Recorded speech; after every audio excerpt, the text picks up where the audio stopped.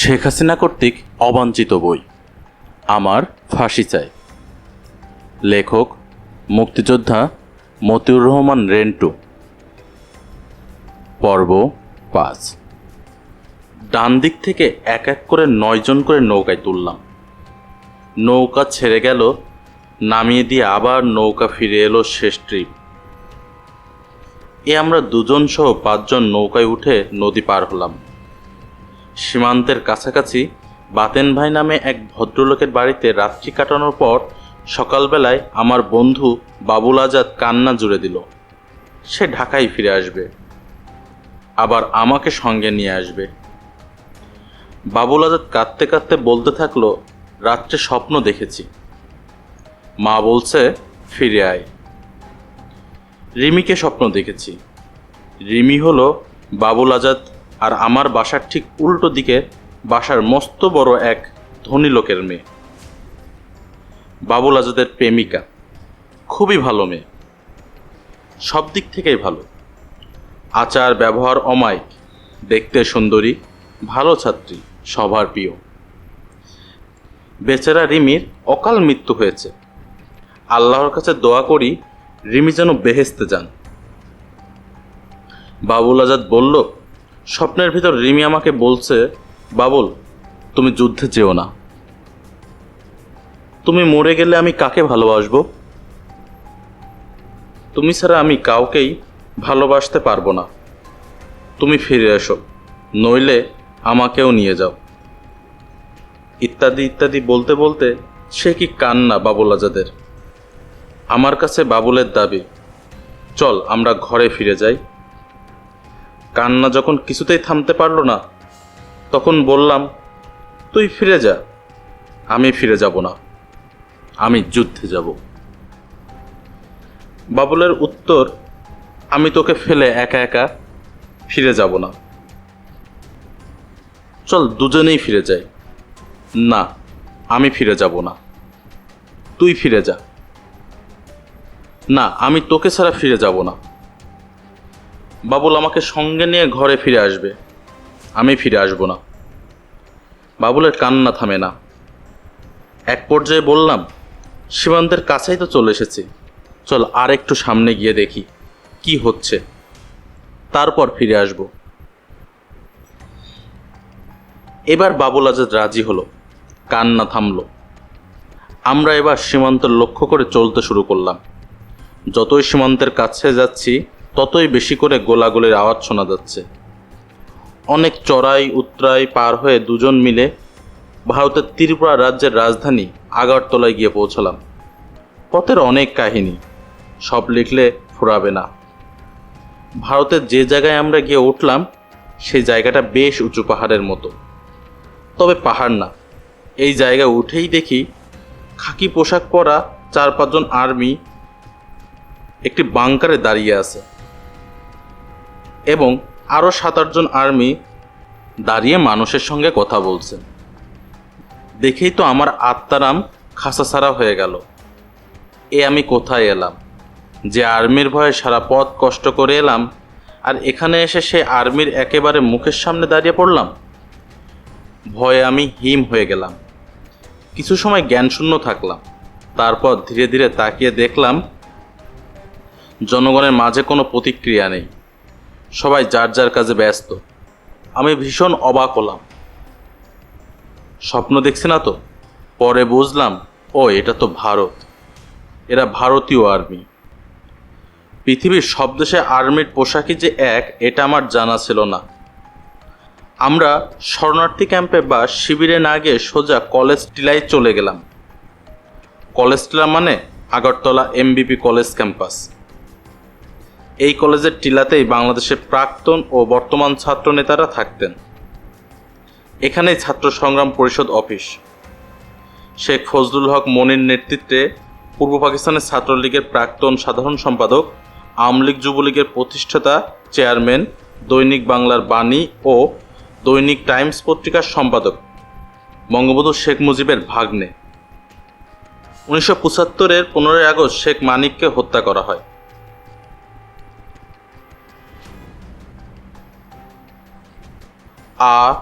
সম রব ডাকসুর ভিপি, জাসদ এর সাধারণ সম্পাদক, হুসাইন মোহাম্মদ এরশাদ এর 1988 সালে পার্লামেন্টে গৃহপালিত বিরোধী দলীয় নেতা, সম্মিলিত ওয়াচডগ, শেখ হাসিনার ঐক্যমতের সরকারের মন্ত্রী।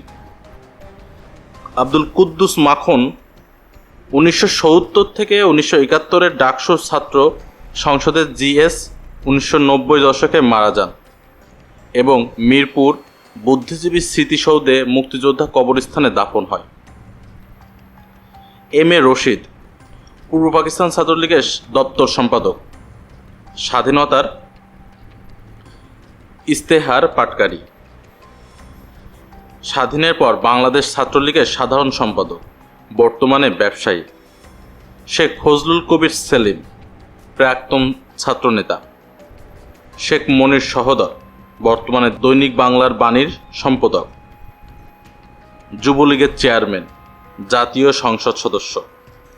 মিজানুর রহমান মিজান প্রাক্তন ছাত্রনেতা। আব্দুল কুদ্দুস মাখনের ভগ্নিপতি, বর্তমানে ঢাকা জেলার এডিসি ল্যান্ড প্রমুখ এর তত্ত্বাবধানে কলেস্টেলা থেকে বাংলাদেশের ছাত্রদের তালিকাভুক্ত রিক্রুট করে সামরিক প্রশিক্ষণ নেওয়ার জন্য ভারতে বিভিন্ন ক্যাম্পে পাঠানো হতো। এই কলেস্টেলাতে গিয়ে আমরা মনি ভাই, মাখন ভাই, রশিদ ভাই এবং মিজান ভাইয়ের সাথে দেখা করলাম। নেতারা বললেন, যতদিন ট্রেনিংয়ে যাওয়া না হয় এখানেই থাক। আমরা সারাদিন আগরতলার ঘুরে বেড়াই, রাতে কলেস্টেলায় ঘুমাই। এমনি করে প্রায় মাসখানেক চলে গেল। আমার সঙ্গে করে বাড়ি থেকে যে টাকা পয়সা এনেছিলাম তা শেষ হয়ে যাওয়ার উপক্রম হলো।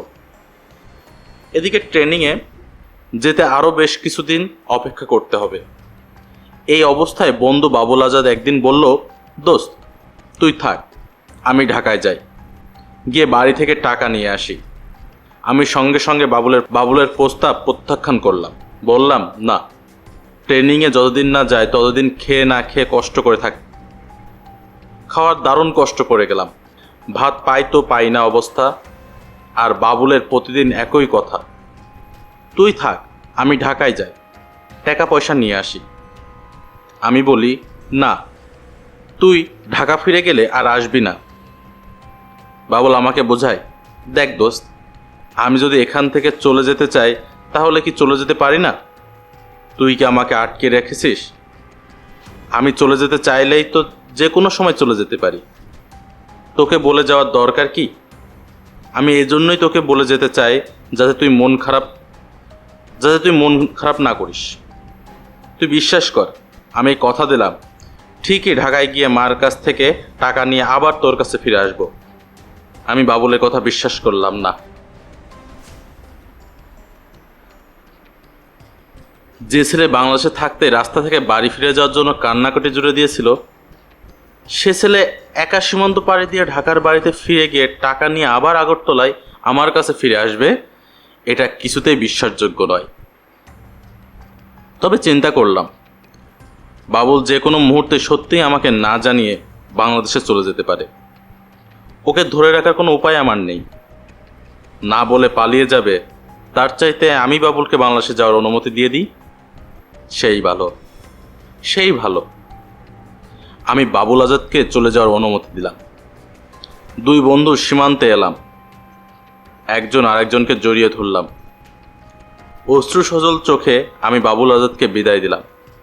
মনে হলো যেন আর কোনোদিন দেখা হবে না, এ দেখাই শেষ দেখা। বিদায়ের বেলায় শুধু বললাম, আমার মাকে সান্ত্বনা দিস। আমি টিলার উপর দাঁড়িয়ে রইলাম। সামনে সমতল ভূমি, বাংলাদেশ। বাবুল ধীরে ধীরে বাংলাদেশে নেমে গেল।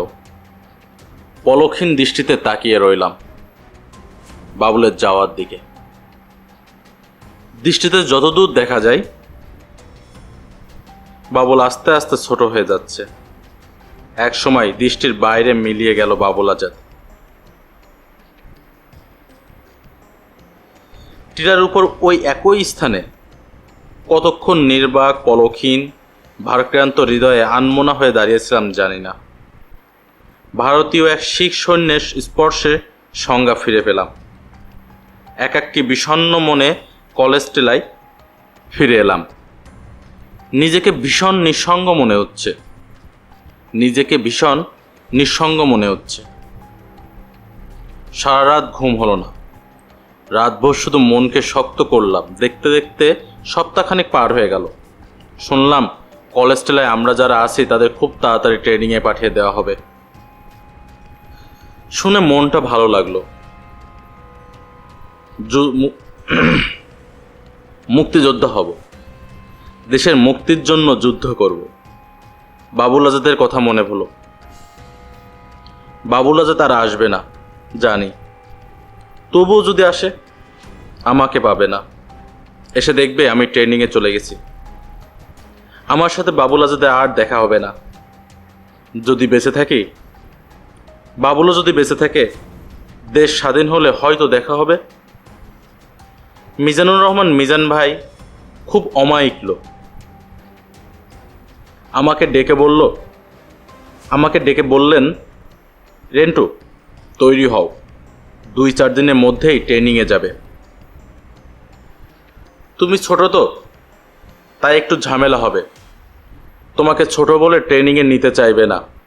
তুমি চিন্তা করো না, আমি সব ঠিক করে দেব।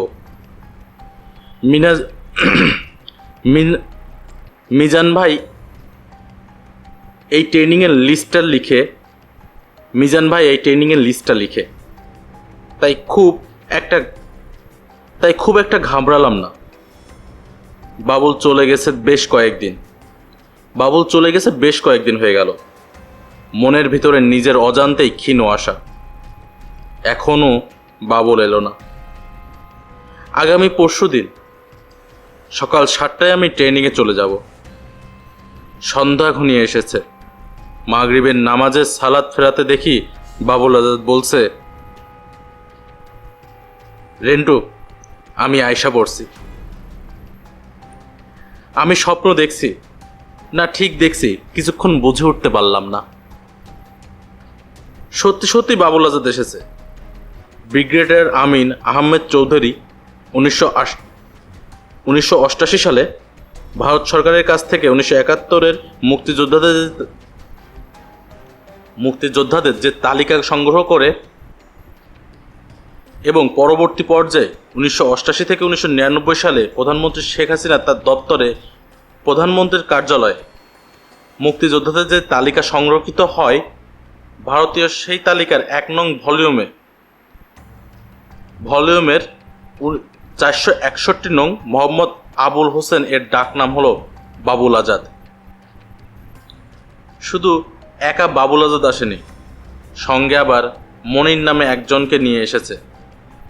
ব্রিগেডিয়ার আমিন আহমেদ চৌধুরী 1988 সালে ভারত সরকারের কাছ থেকে 1971-এ মুক্তিযোদ্ধাদের যে তালিকা সংগ্রহ করে এবং পরবর্তী পর্যায়ে সেনানিবাসে ক্যান্টনমেন্ট ও মুক্তিযোদ্ধা কল্যাণ ট্রাস্ট এবং তার পরবর্তীতে 1998 থেকে 1999 সালে প্রধানমন্ত্রী শেখ হাসিনা তার দপ্তরে প্রধানমন্ত্রীর কার্যালয়ে মুক্তিযোদ্ধাদের যে তালিকা সংরক্ষিত হয়, ভারতের সেই তালিকার 1 নং ভলিউমের 466 নং